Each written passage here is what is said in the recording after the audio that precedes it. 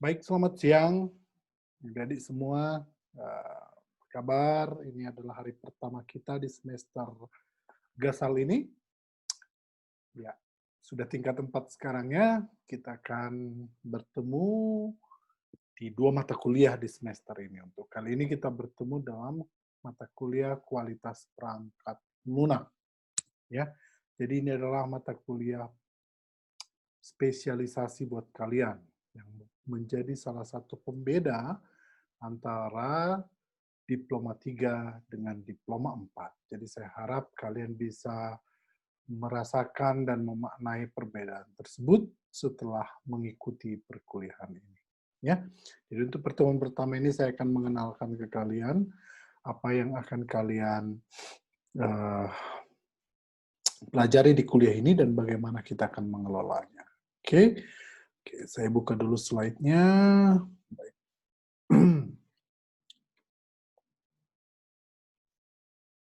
Oke, ya. Oke, jadi seperti saya sebut tadi, nama mata kuliahnya adalah Kualitas Perangkat Lunak atau sering kita singkat KUPEL. Ya, KUPEL, Kualitas Perangkat Lunak. Jadi, ya, ini adalah mata kuliah specifically buat diploma 4, semester 7, bobotnya tidak besar, 2 SKS, karena ini sebenarnya kalau di prodi lain digabung dengan pengujian perangkat lunak. Ya, tapi di D4 kita spesifik mengatakan mendalami kualitas perangkat lunak itu lebih dari prodi-prodi lain. Ya, jadi bobotnya ada 2 SKS, 1 teori dan 1 sifatnya boleh dibilang tidak praktikum ya, tutorial sebenarnya. Karena di sini kan banyak menerapkan prinsip-prinsip kualitas nanti dan menerapkannya dalam sebuah real project. Jadi di tutorialnya nanti bisa juga bahasan project atau kalian mengerjakan project. Nah, ada 2 dosen yang akan mengampu, saya dan Bu Vera. Ya. Dan akan ada 1 asisten dosen yang akan membantu kita di perkuliahan ini, kalian terutama di project dan tutorialnya nanti, yakni Bu Ranti Siahaan. Ya, sebagaimana perjalanan kuliah secara reguler, karena ada 14 minggu aktif perkuliahan, 1 minggu TS, 1 minggu UAS. Ya. Oke, jadi untuk sebagai mata kuliah di tingkat akhir, itu mata kuliah sebelumnya akan berguna menjadi dasar Anda dalam mengikuti perkuliahan ini. Jadi khususnya yang 3 mata kuliah ini, ya rekayasa perangkat lunak, kita sebut pengantar rekayasa perangkat lunak dan seluruh pelajaran rekayasa perangkat lunak lain ya, OSD misalnya, kemudian analisis kebutuhan perangkat lunak, dan juga pengujian perangkat lunak. Saya yakin semua mahasiswa yang mengikuti perkuliahan ini sudah lulus dari kuliah-kuliah tersebut. Jadi Anda dinyatakan layak untuk mengikuti kuliah kualitas perangkat lunak.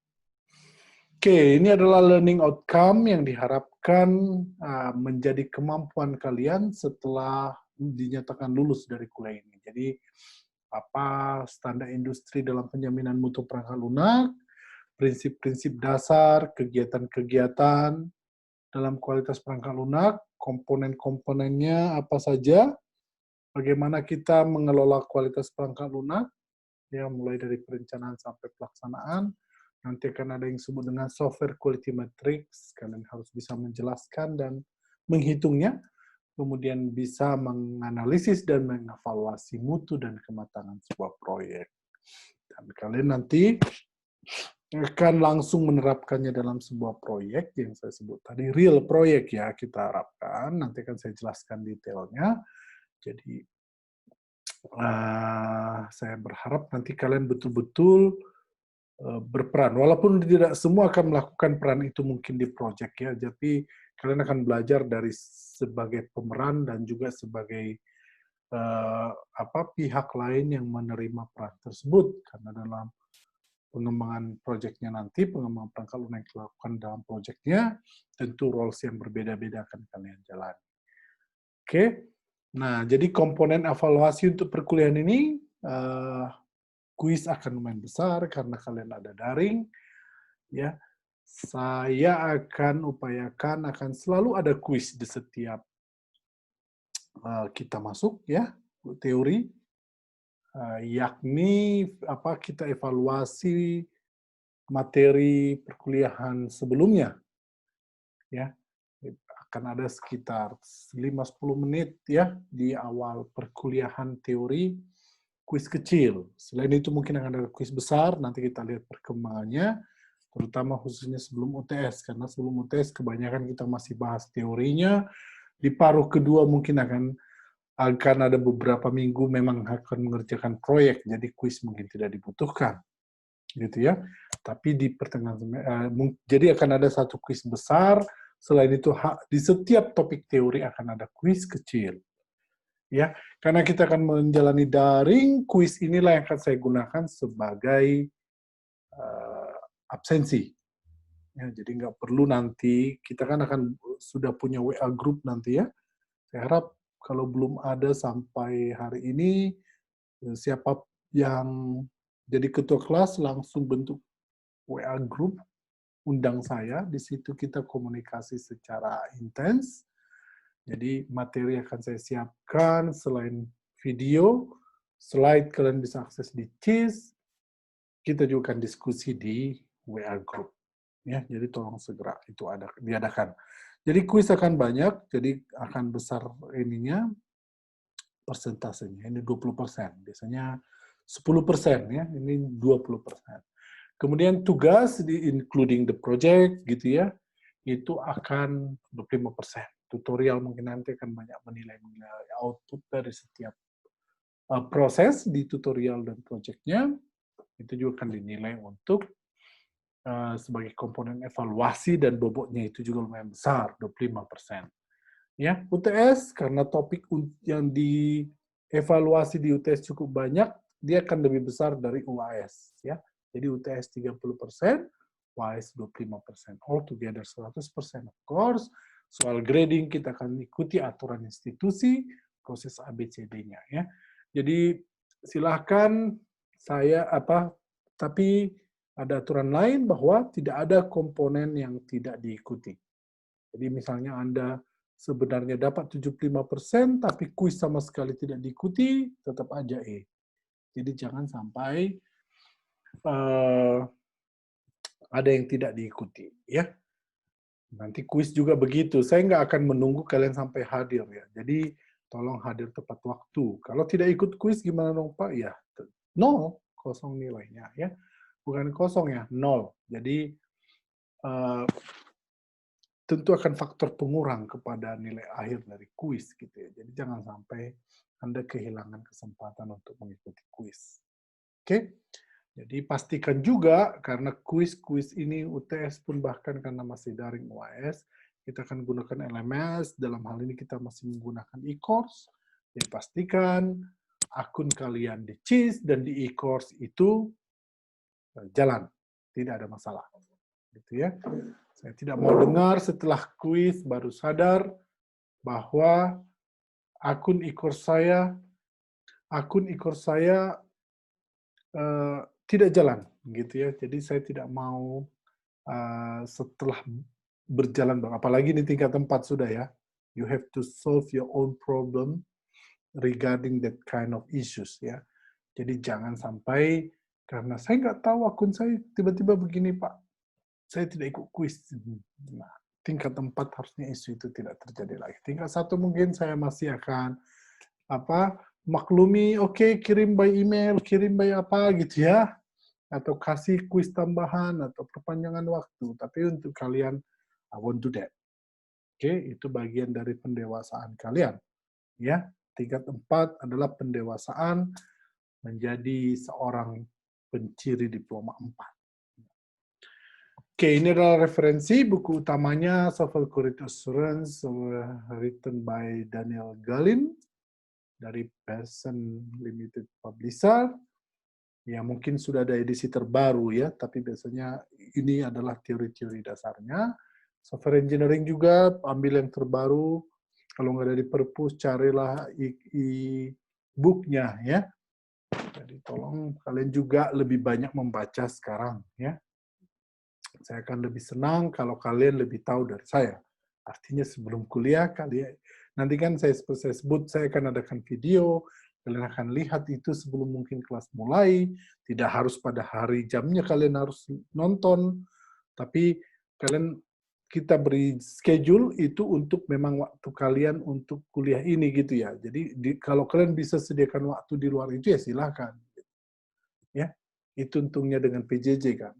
Tapi saya harap memang kalian menunjukkan bahwa kalian hadir di saat jadwalnya, kemudian kita bisa berdiskusi. Kalau kalian tidak perlu nonton di saat jadwalnya, boleh tidak, tapi ikut kuis dulu gitu ya, tadi karena absensi, kemudian juga kita akan diskusi ya di WA grupnya. If you understand, just say, okay, I got it Pak, ada yang ingin Anda konfirmasi, tell me, mungkin saya akan agree, atau mungkin saya akan tambahkan, ya ada mungkin yang saya sampaikan yang agak kurang tepat, kalian juga boleh kritik, that's okay gitu ya. Sometimes maybe we make it intentionally karena kita ingin lihat bagaimana respons kalian terhadap itu gitu. Misalnya ada sengaja disalahkan, apakah kalian menangkapnya atau tidak gitu ya. And itu menjadi apa ya? Sesuatu yang akan di-reward ya. Nanti akan ada aturan kelas saya sampaikan. Nah, tadi saya sudah sebut bahwa proyek menjadi penting, hampir 25% tadi ya, tugas dan proyek. Kalian akan kerja dalam grup besar. Think we will divide you into 2 groups. But later mungkin Bu Per akan menjelaskan lebih lengkap lagi ya. Temanya, I think you have built a lot of application, especially last semester on your final project, PA3 ya, banyak project. Kita ingin ini difinalisasi, hampir semua itu adalah sesuatu yang bisa terintegrasi. Jadi kita ingin kalian integrate that application, nanti Bu Fer akan lebih jelas lagi ya. Jadi sifatnya memang tailoring. Jadi kalian akan project meng-customize dan menyatukan aplikasi-aplikasi yang ada. Ya, nah karena proses pengembangannya sebenarnya nggak terlalu berat, kita harapkan kalian bisa fokus di penerapan prinsip-prinsip kualitasnya. Oke, dan ini akan menjadi joint research with other courses, especially management project. Saya masih akan konfirmasi dengan Bu Rianti mengenai kuliah kewirausahaan, gitu ya, karena ini bisa keteknowiraan ya. Ini akan bisa menjadi apa dulu tahun lalu kita buat bersama gitu, dan juga arsitektur perangkat lunak ya. Jadi ini bisa jadi besar, tapi yang sudah pasti adalah dengan manajemen project, karena kedua mata kuliah ini adalah umbrella activity. Ingat ya di software engineering bahwa SQA dan project management ada di umbrella activity. Jadi keduanya akan kita coba terapkan melalui proyek yang sama. Oke, nah ini adalah week by week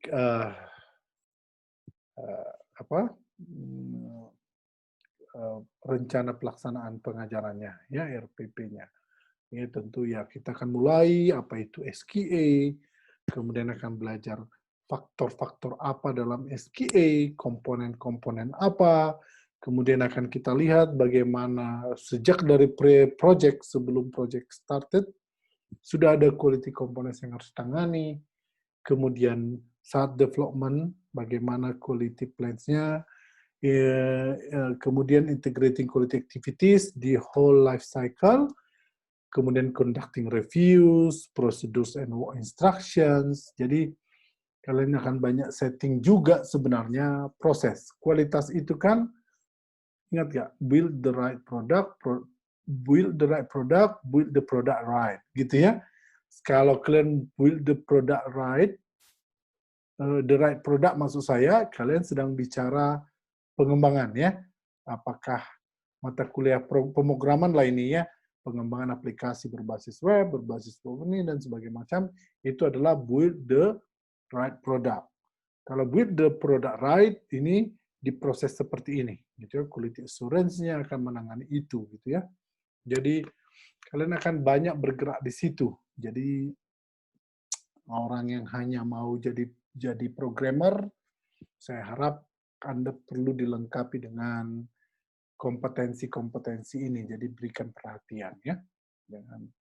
Jangan jadi lepas masalah seperti ini. Karena tidak produk penting, proses juga sangat penting. Itu software. Ingat ya, saya nggak perlu ulang lagi. Kemudian juga kita akan melihat apa supporting quality device yang ada, khususnya untuk configuration management. Ya, dalam manajemen proyek juga nanti kan kalian akan menerapkan configuration management. Nah, dari aspek kualitasnya seperti apa. Ya, kemudian matrix, alat ukur ya, pengukuran untuk software quality juga kan ada beberapa hal, ada beberapa parameter yang bisa digunakan, sehingga kalian bisa gunakan. Kemudian mengenai cost juga akan kita bahas.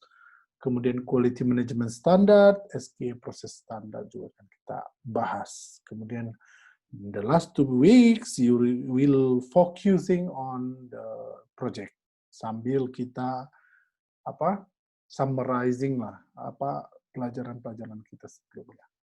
Oke. Baru tentu akan ada UTS dan UAS diantaranya. Oke. Kemudian mengenai course policies and rules, beberapa hal sudah saya sebutkan tadi bahwa attendance is mandatory. Ya, kita daring, tapi attendance bisa kita periksa. Cara saya tadi adalah dengan quiz, small quiz di setiap pertemuan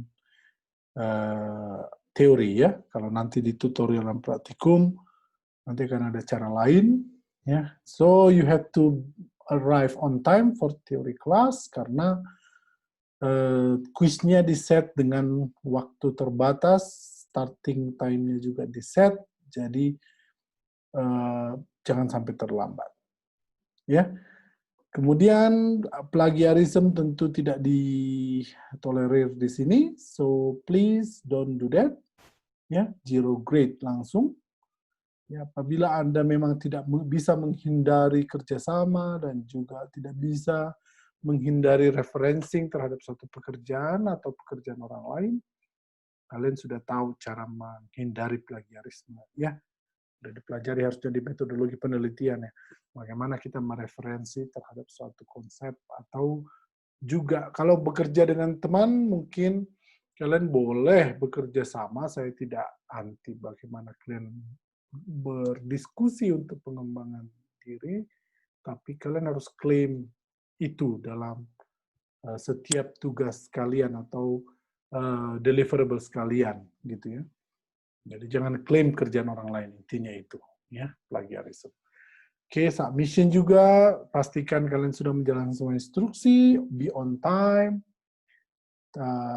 late submission akan ada penalti. Tadi saya sudah sebut juga mengenai class participation, kamu akan dapat bonus kalau kamu berpartisipasi, baik bertanya, menjawab, berdiskusi, membantu teman dan sebagainya. Itu kita anggap sebagai antusiasme Anda untuk mencapai objektif perkuliahan ini sehingga layak untuk di-reward. Itu ya. Jadi itu mungkin kurang lebih penjelasan mengenai apa yang akan kita jalani bersama dalam kuliah kualitas perangkat lunak. So welcome, selamat mengikuti perkuliahan ini dalam 1 semester ini. Saya harap kalian bisa lulus dengan baik sambil menikmati perkuliahannya. Ya, demikian yang saya sampaikan. Sekali lagi selamat belajar. Terima kasih.